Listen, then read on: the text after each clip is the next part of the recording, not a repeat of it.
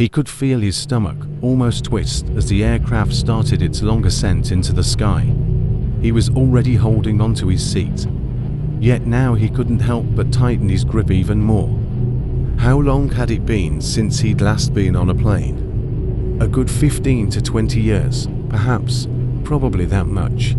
Reflecting on this question distracted him from the reality he had to confront, from the fact that he was now soaring high above the clouds, and that was something he could definitely live with. "John, honey, are you feeling all right?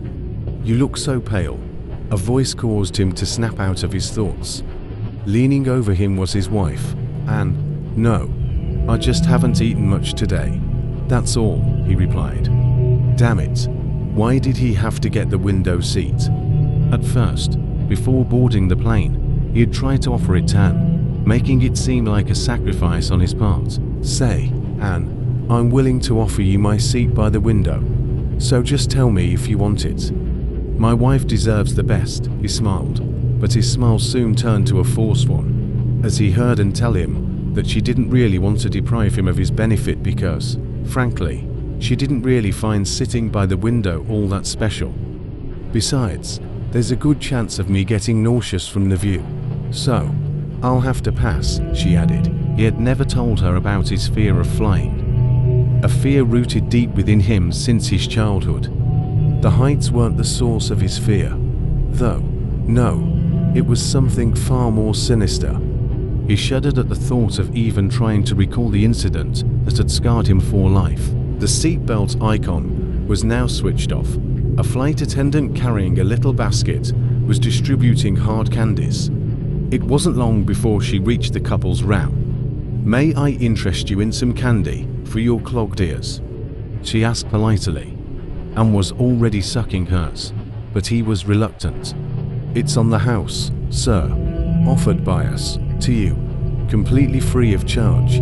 The flight attendant had a puzzled look on her face. John knew that she had to move on to the rest of the passengers, so he had to hurry up and not make the situation more awkward than it already was. He heard and scold him.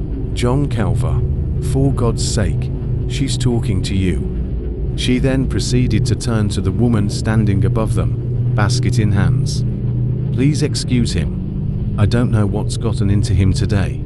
When she referred to him in his full name, like his mother used to do back when he was younger, she was usually pretty annoyed by what he had done. But it wasn't that John thought the candy wasn't free, and that caused him to have second thoughts about taking it, as the stewardess had assumed. He just felt that something was off. Not something about the whole candy thing per se, but something was certainly bugging him. He extended his arm and grabbed one. The woman rushed to the remaining rows to provide the other passengers with candy as well, some of which were eyeing John suspiciously. "What was that all about?" asked Anne angrily. Great. All he needed now was a fight with her. As if his stomach getting even tighter wasn't enough. "Sorry, I'm just not feeling very well. I'd better get some sleep." And backed off a bit, seeming a little worried. "Are you sure that's all there is to it? Did anything happen to you while I was looking away?" Her interest was genuine, and that fact alone moved John. But cold sweat had already started dripping down his back, and rational thinking wasn't an option for him. Neither was sentiment. "Yes, just leave me alone, will you?" That was all he could bring himself to mutter. In hindsight, his reply seemed way more hostile than he had intended it to be. And was clearly picking up the vibe as well. "Ooh, fine. I never should have bothered to check on you in the first place." Awesome. Now she wouldn't talk to him for the rest of the flight for sure. But that was the least of his worries. Why couldn't he bring himself to tell her how he felt? Tell her about his absurd fear of airplanes, about how he was nervous, but couldn't quite pinpoint the reason behind that feeling. No, he couldn't do that. He was a man with pride in him, and he couldn't simply let himself come across as weak, especially Tan, whose dominant behavior often caught him by surprise. He turned to the side, trying to find a more comfortable position to sleep, hoping that the window being there wouldn't unnerve him as much as he thought it would. It was stormy outside, and the occasional lightning bolts jolting through the clouds, almost as if they were racing each other, illuminated the dark clouds around them. He tried not to think much about his circumstances, not that he didn't know that he'd wind up all nervous like this prior to the trip, but at least he'd hoped for his fear to have grown smaller over the years. Though this apparently wasn't the case, but he had promised Anne this trip to New York, and he couldn't back out of it now, could he? As he started dozing off, he caught a glimpse of something big on the other side of the window. He felt his heart skip a beat. Reluctantly, he peeked outside. It was just the aircraft's wing. Who? Get it together, Calver, you coward. His seat next to the wing was surprisingly comfy, so it didn't take him long to fall fast asleep. He woke up in an airplane, but not the one he was in before. It seemed older and significantly less roomy. Above him was a woman dressed in a dark blue uniform, an ascot tied around her neck.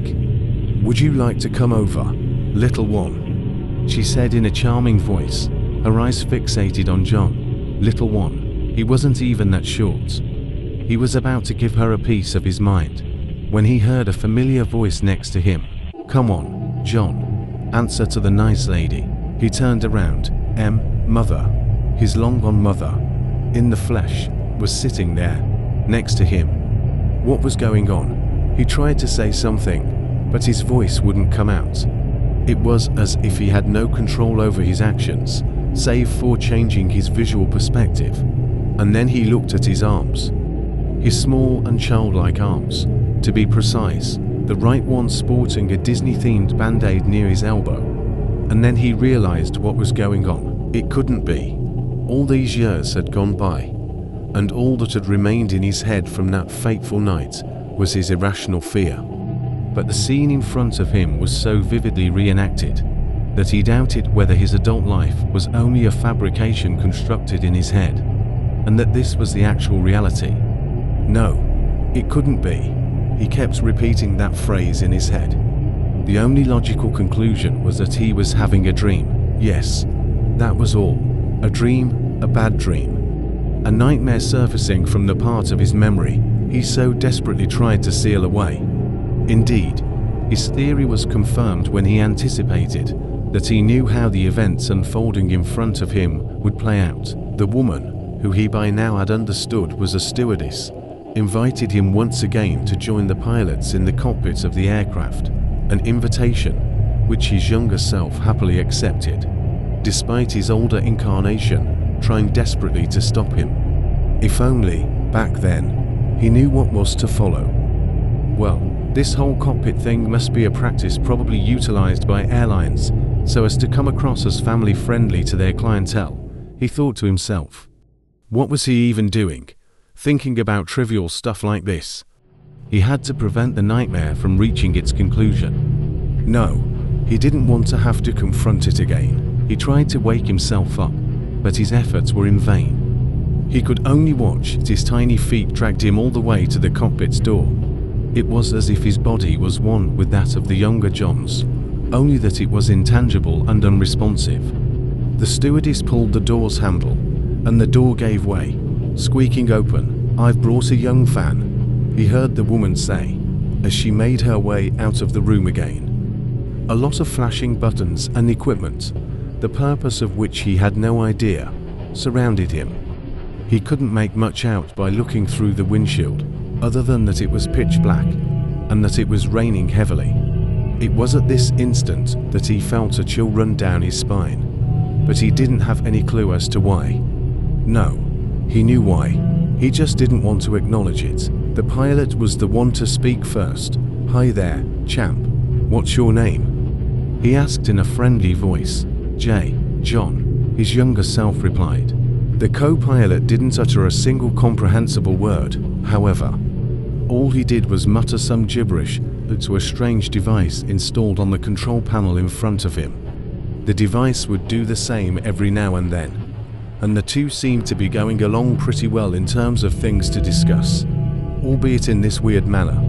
The adult John immediately understood that the man was simply communicating with ground personnel via the radio, Nothing to be alarmed about. The boy seemed hesitant, but the pilot soon won him over by explaining how everything worked. Heck, he even let him mess around with the plane's steering wheel, or whatever that thing is called. Naturally, the adult incarnation of John figured, but said wheel was probably deactivated beforehand, and that the co-pilot had control of the aircraft at the time, which would explain his tendency to only speak to the radio and not him, or, more accurately, the younger him. John had failed to contain his dream. And there he was, right at the part where things would take a turn for the worse. "What's that?" he heard his young voice say. "What's what, John?" the pilot replied. "That thing crawling on the windshield." His voice was trembling. "I see no such thing. It's probably just a shadow. Nothing to worry about. Now, where were we? Oh, yes. This blue button here is to be pressed whenever." The man was obviously a huge fan of his job and took a liking to talking about it, but John wasn't paying attention anymore. He was fixated on the thing. It looked just as he remembered it. A hairy creature climbing up the front side of the airplane, its hands reaching for the windshield. Pure terror was now the only thing John could feel. Not just the young John, the older one as well. The terror kept seeping in as the distance between the creature and the cockpit grew shorter and shorter. He wanted to run away, but his young self's body wouldn't budge, no matter how hard he tried. A sudden burst of lightning illuminated his field of view. He could make out two long, pointy horns protruding from the sides of the creature's head. Its fur was dark brown, and its limbs were identical to one another, as if there was no distinction between arms and legs. John was surprised by how sturdily the creature clung onto the aircraft. But then he noticed the sharp claws at the end of each of its limbs, which the creature thrust into the aircraft for stability, creating a loud, screeching sound as it moved, the sort of sound you would get if you scratched a blackboard with a fork. Heck, how could these guys not see or even hear this thing? Thankfully, at that point, the younger John deemed it appropriate to close his eyes and cover his ears, much to his adult counterpart's relief. For a while, both remained like this. John couldn't remember what happened after this part. Not that it mattered, since he would have to relive it all over again anyway. The boy opened his eyes just as a blinding light emanated from the glass in front of him. Another jolt of lightning, and just like that, the creature was gone. Absolute silence filled the room. The pilots both seemed to be in a trance now. They kept flying the plane as usual, but it was as if they couldn't notice their surroundings, save for what was necessary to maintain flight at the correct altitude and course. John tried poking the pilot, but he wouldn't move. He just kept staring blankly ahead. John found himself fixating his sight on the dark skies around him as well. It was a sight most mesmerizing. For some reason, he simply couldn't look away. Suddenly, a loud cry sent a chill down his spine. In front of him, just outside the windshield, was the creature. Not surprisingly, the pilots weren't fazed. The creature looked up and straight into the boy's eyes.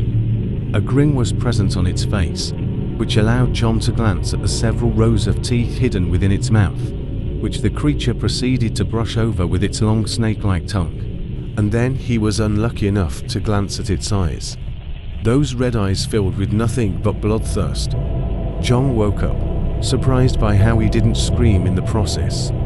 He was covered in sweat, which was only natural, given that he had just relived the incident that had scarred him for life as a kid. He remembered how everything returned to normal as soon as he ran out of the cockpit in fear and ran into his mother's arms, crying. Nobody would believe his story, and the pilots were now behaving normally again, a fact that destroyed any proof he might have had of the incident. He looked to his right, and was asleep. She looked so peaceful. How did he dare treat her with such aggression before? As soon as they landed, he was determined to make it up to her in some way. She deserved it, he thought to himself. It was at that moment that he felt as if he was falling, and must have felt it too. since she abruptly woke up. She was about to ask her husband what happened, but she remembered what had transpired a while ago and decided against it, instead opting for ignoring what she just experienced and closing her eyes again. John felt something was wrong. He tried to peek out of the window, but the storm made it impossible to make out much, even with all the lightning bolts bouncing around the clouds. The window was covered in raindrops, and new ones were constantly bombarding the plane. And then it hit him, horrified. He asked the first flight attendant he could see, "Excuse me, are we reaching our destination?" His voice was weak. "No, I'm afraid not, sir. We still have a long way to go." "I'd say we've covered about half of the distance," the man replied. "If it's the lunch you're worried about, you did miss it, but I can bring you yours right now. So don't worry," he added. "No, thanks, that's not why I'm asking," said John. The steward walked away shaking his head, as if the content of the dialogue between the two was completely absurd. John was disturbed by the man's reply. He had noticed that they weren't simply flying within the clouds now, but quite a distance below them. Odd, seeing as they weren't even close to their destination. And there was a storm and a lot of rain, and he felt as if he was falling. All this combined with the fact that most airliners fly at the lower parts of the stratosphere to ensure fuel efficiency and avoid bad weather only led him to one conclusion: the plane's altitude was decreasing rapidly. In other words, it was falling. But how come no one had noticed it? Oh, why? Just why did he have to watch that show about aircraft disasters the other day? If he hadn't, he might have remained oblivious to the situation. To make matters worse, John couldn't help but be reminded of the eerily similar storm that occurred during the flight when he was a child. It was enough to arouse his curiosity. "Ladies and gentlemen, please make sure that your seatbelts are fastened. We may experience some turbulence." The voice echoing from the speakers only validated his suspicions. The warning was immediately repeated, only this time it sounded off. It was slightly distorted, and a pitch lower than before.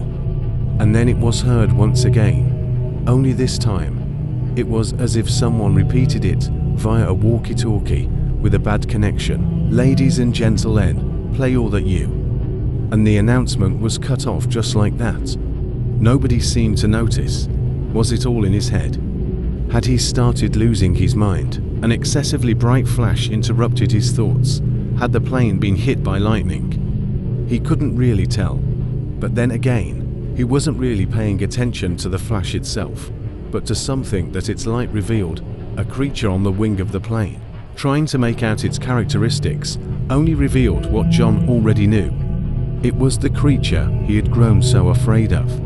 In that brief moment, it turned around, looked at him, and moved one of its claws across its neck, as if to symbolize its intentions. After that, John's field of view was plunged into darkness. In fact, the whole plane had been plunged into darkness. He reached out for his wife, only to find her seat empty. He turned around. As his eyesight adjusted to the low light provided by the storm around him, he was able to see that all the passengers had vanished. A loud bang startled him. The cockpit's door had flown open and was now squeaking back and forth. He could now feel the aircraft falling to the ground below. He tried to regain his balance and navigate himself around the back part of the plane. Nobody was there. No matter how loudly he called for help, nobody was there to answer. Just where was everyone? Suddenly, something louder than his voice could be heard. It was a man's voice, but not that of a normal man. It was robotic and distorted. John had to move closer to the sound's source to make out what the voice was saying. He had to move to the cockpit. He made his way towards it. Its door open, but angled in a way that it wouldn't allow him to peek inside. It was as if the room itself was inviting him to enter, but he didn't need to. He could now make out what the man was saying from where he was standing, and he immediately wished he couldn't. Terrain, pull up. Terrain, pull up. It was the navigation system of the aircraft alarming him of his impending doom. As much as John didn't wish to enter the cockpit, He had no other choice but to take the aircraft's fate into his own hands.